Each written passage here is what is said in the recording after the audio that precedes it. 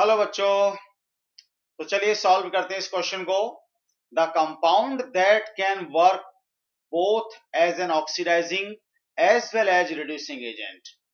चार बेटा यहाँ कंपाउंड है, KMnO4 potassium permanganate, H2O2 hydrogen peroxide, Fe2SO4 whole thrice ferric sulphate and K2Cr27 potassium dichromate. इनमें से कौन सा एक कंपाउंड ऐसा है जो ऑक्सीडाइजिंग एजेंट का भी काम करे और रिड्यूसिंग एजेंट का भी काम करे?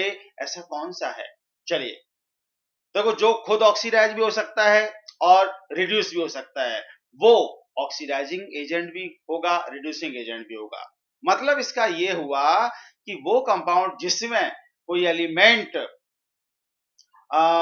इंटरमीडिएट ऑक्सीडेशन स्टेट में प्रेजेंट हो, तो जिससे वो अपनी हायर ऑक्सीडेशन स्टेट में भी जा सकता है और उससे लोअर ऑक्सीडेशन स्टेट में भी जा सके, तो वो ऑक्सीडाइजिंग एजेंट का भी काम करेगा और रिड्यूसिंग एजेंट का भी काम करेगा।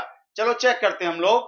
जैसे फर्स्ट वाला KMnO4 है, तो KMnO4 की अगर हम लोग बात करें तो KMnO4 में जो मैंगनीज है, मैंगनीज, ठीक है, अब ध्यान देना, मैंगनीज पोटेशियम का तो +1 है, तो पोटेशियम तो कभी हो नहीं सकता है, क्योंकि जो डिसप्रपोर्शनेशन रिएक्शन होता है या जहां पर ऑक्सीडेशन और रिडक्शन दोनों हो सकते हैं जिसमें, तो उसके लिए कम से कम 3 ऑक्सीडेशन स्टेट होनी चाहिए। एक ऑक्सीडेशन स्टेट वाला या 2 ऑक्सीडेशन स्टेट वाला नहीं हो सकता है। पोटेशियम की हमेशा +1 ऑक्सीडेशन स्टेट होती है कंबाइंड स्टेट में, तो पोटेशियम तो हो नहीं सकता है। मैंगनीज अपनी हाईएस्ट ऑक्सीडेशन स्टेट में है +7 में, ये भी नहीं हो सकता है। ऑक्सीजन अपनी लोएस्ट ऑक्सीडेशन स्टेट में है -2 में, तो ऑप्शन 1 तो नहीं हो सकता।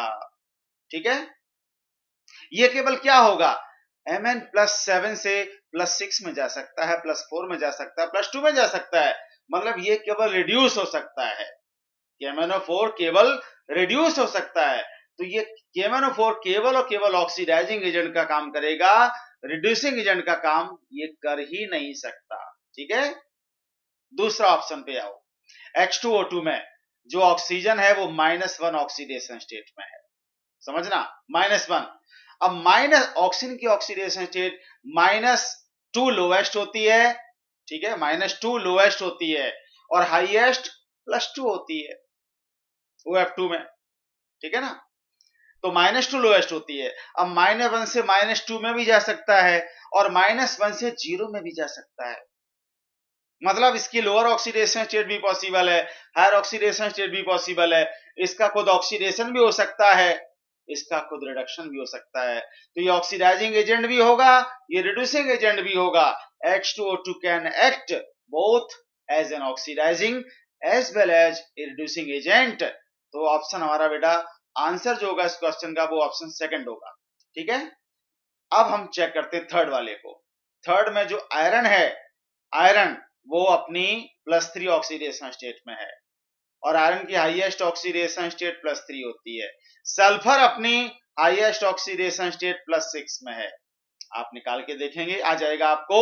और ऑक्सीजन अपनी लोएस्ट ऑक्सीडेशन स्टेट -2 में है, समझना गौर से, -2 में है, तो ऑक्सीजन का भी कुछ नहीं हो सकता है। सल्फर +6 हाईएस्ट में है, इससे हायर पॉसिबल है नहीं, होती नहीं सल्फर की हाईएस्ट।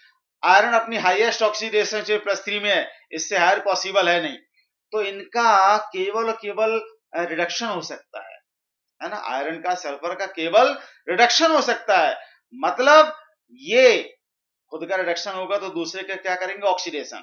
मतलब ये केवल ऑक्सीडाइजिंग एजेंट का काम कर सकते हैं, रिड्यूसिंग एजेंट का काम ये नहीं कर सकते हैं, समझ गए। तो ये ऑप्शन भी नहीं होगा। अब आओ लास्ट वाले में। क्रोमियम यहां पर +6 ऑक्सीडेशन स्टेट में है, समझना, क्रोमियम यहां +6 ऑक्सीडेशन स्टेट में है और क्रोमियम का हाईएस्ट ऑक्सीडेशन स्टेट बेटा +6 ही होता है। आप निकाल के देख लो, पोटेशियम का +2 हो गया, क्रोमियम का आपने 2x ले लिया और माइनस कर दिया आपने 14, तो कितना आ गया 0। ठीक है, तो 2x माइनस का कितना हुआ 12 equal to 0। 2x equal to कितना आ गया, प्लस का 12, x कितना आ गया बेटा +6 आ गया ना। तो क्रोमियम का हाईएस्ट ऑक्सीडेशन स्टेट +6 होता है, हाईएस्ट ऑक्सीडेशन स्टेट में है, मतलब ये केवल रिड्यूस हो सकता है, मतलब ये केवल ऑक्सीडाइजिंग एजेंट होगा, ये केवल दूसरे को ऑक्सीडाइज कर सकता है, दूसरे को रिड्यूस नहीं कर सकता है। तो ये केवल ऑक्सीडाइजिंग एजेंट का काम करेगा, रिड्यूसिंग एजेंट का काम कर ही नहीं सकता। तो आंसर ये भी नहीं हो सकता। आंसर बेटा केवल क्या होगा, ऑप्शन नंबर 2। उम्मीद है कि आपको ये क्वेश्चन का एक्सप्लेनेशन समझ में आया होगा। Thank you very much for listening us.